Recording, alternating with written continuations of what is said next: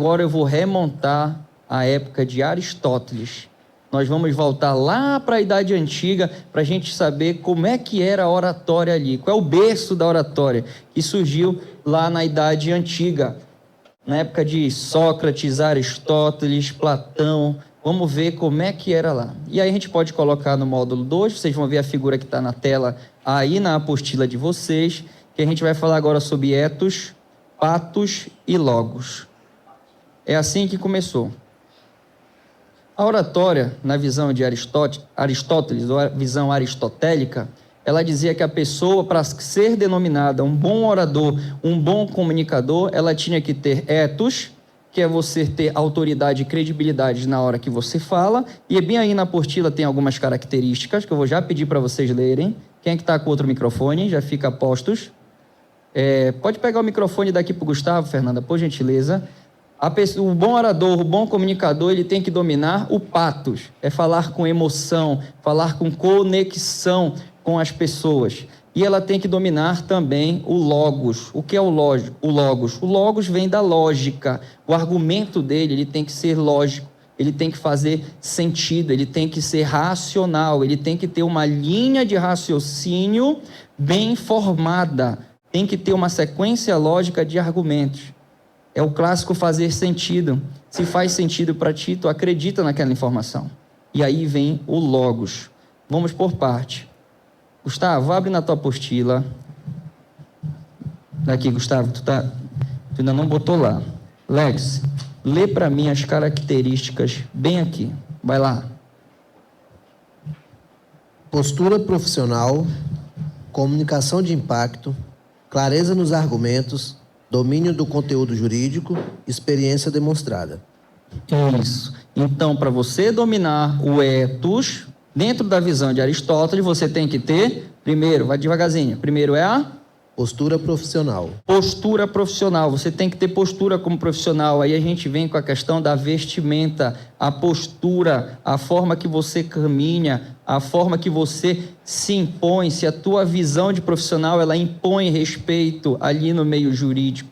Segunda, comunicação de impacto. Comunicação de impacto, você tem que ter um domínio das técnicas jurídicas, você tem que saber história, geografia, você tem que saber de poesia, você tem que saber frases de impacto, você tem que ter citações de autores renomados, você tem que estar com a jurisprudência do STF aqui alinhada em dia, para você ter um elevado nível de conversação e um elevado nível profissional ali numa sustentação oral, numa audiência ou tribunal do júri. Próximo.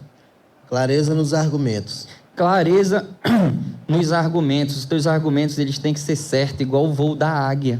Tem que ser claro, eles não podem titubear, não pode ser algo conflitante. Eu vou apresentar aqui uma tese da jurisprudência que os tribunais, eles ainda não encontraram algo pacífico, elas são divergentes. Tenho que ter clareza ali na minha forma de argumentar, sem muito floreio, objetividade. Próximo. Domínio do conteúdo jurídico. Nem precisa falar. Você não consegue falar, você não consegue se comunicar no mundo jurídico, em qualquer lugar, se você não tiver domínio do conteúdo que você vai utilizar. Eu vou apresentar um TCC. Se eu não tenho domínio do conteúdo do TCC, o que vai sair de lá? Não sai nada. Acabou? Experiência demonstrada. Experiência demonstrada. Sou o professor Israel, tenho mais de 12 anos de formação de direito, sou professor de oratória há mais de 10 anos, tenho tantos livros publicados, tenho 5 cursos de minha autoria na área da oratória e comunicação. O que eu demonstro com isso? A autoridade. E a autoridade é etos. É isso. Ai, professor, mas eu sou jovem advogado, eu não tenho nada. Calma. Calma, você está começando agora. Comece a construir a sua história. Já acabou a faculdade? Faz a pós-graduação. Hoje a graduação... Antigamente a graduação era algo assim, ai, meu filho é formado, não era assim, Cléia? Meu filho é formado. Hoje, meu amigo, graduação não é mais nada. Você tem que ter pelo menos uma pós-graduação. Acabou a faculdade, já emenda. Já faz logo a pós-graduação. Vê a área que você quer seguir, se for no civil, você vai fazer a pós-graduação em civil e segue adiante. E o... Quem já fez, faz outra. Duas não é melhor que uma? Passa o mestrado. faço doutorado, mestre no... Tá entendendo? Isso daí sobe. Israel já fez mais de 100 tribunais do júri. Autoridade. Isso tudo é o ethos. Isso tudo é palestrante. Isso tudo é o ethos, que a gente vai construindo com o tempo. Patos, vai lá, Gustavo. Como é o patos? Não vai fazer quá-quá. Eu falo como é o patos, ele quá-quá. É a capacidade de tocar a emoção do outro com a fala. No direito, apesar da racionalidade, muitas decisões envolvem aspectos humanos profundos: dor, injustiça, perda, superação. Aqui, a boa utilização de técnicas de... Como é que é esse nome aqui? Storytelling. É muito precioso para envolver esses ouvintes. Perfeito. A gente vai falar sobre storytelling, que é a tua capacidade e habilidade de contar histórias envolventes para gerar conexão. Isso a gente pode fazer no mundo jurídico, a gente pode fazer no mundo da oratória, a gente faz em todo lugar, mas no mundo jurídico tem um peso maior, porque a gente vai para esse âmbito de se conectar com o julgador, para ele entender, para ele olhar a situação pelos olhos da pessoa que você está defendendo. A gente faz muito isso, tudo isso para você tocar a pessoa. Quando você se conecta o seu argumento conecta com a pessoa, ele fica mais forte. É essa a ideia. E o nosso logos, que a gente já explicou, que é a questão... Vai lá, Gustavo, bora ler. Lê lá o conceito. É a estrutura argumentativa racional. Tudo deve fazer sentido. Está bem fundamentado na lei, na jurisprudência, na doutrina e nos fatos. É o que legitima seu discurso como verdadeiro. Tudo tem que fazer sentido. Essa é a palavra-chave.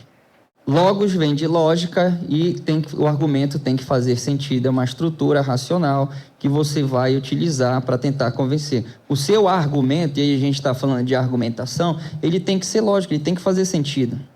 Ele tem que fazer sentido.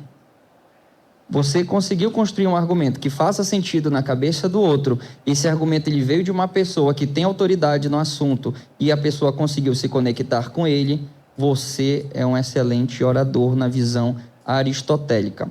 O professor Israel, por outro lado, pegando esses 3 pilares como base, criou os dele.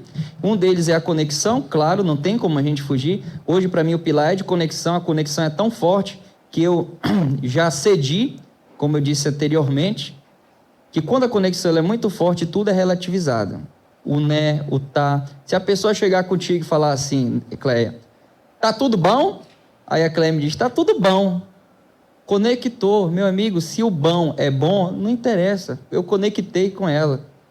Então a gente vai conseguir construir aqui, uma comunicação forte. Uma comunicação forte, porque a conexão, para mim, é um dos pilares. Outro pilar, para mim, é falar com técnica.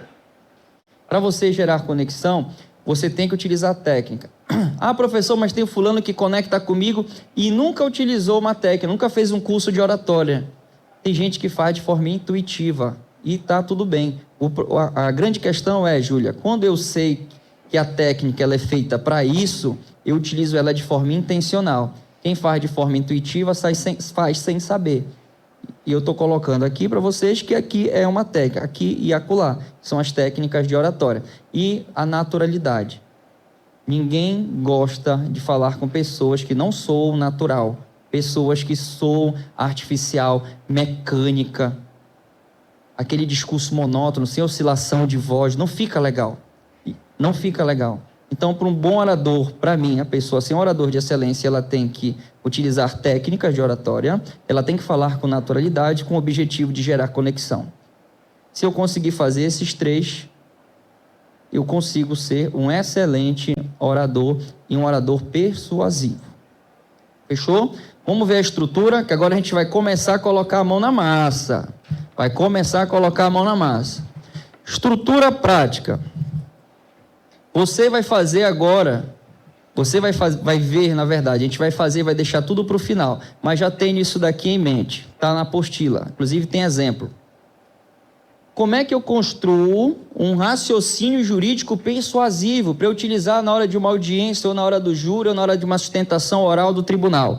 O que eu preciso? Eu preciso primeiro ter uma tese bem clara, posição de forma clara e segura. A minha tese aqui, por exemplo, é de legítima defesa. eu já deixo bem claro aqui que a tese da defesa é legítima defesa. Fundamentação, lei, jurisprudência e princípios, eu já vou colocar aqui. Em que sustenta a minha tese? No artigo 23 e 25 do Código Penal, da jurisprudência X, Y e Z, nos princípios da ampla defesa, do contraditório, do indúbio pro réu, eu tenho que ter algo que sustente a minha tese.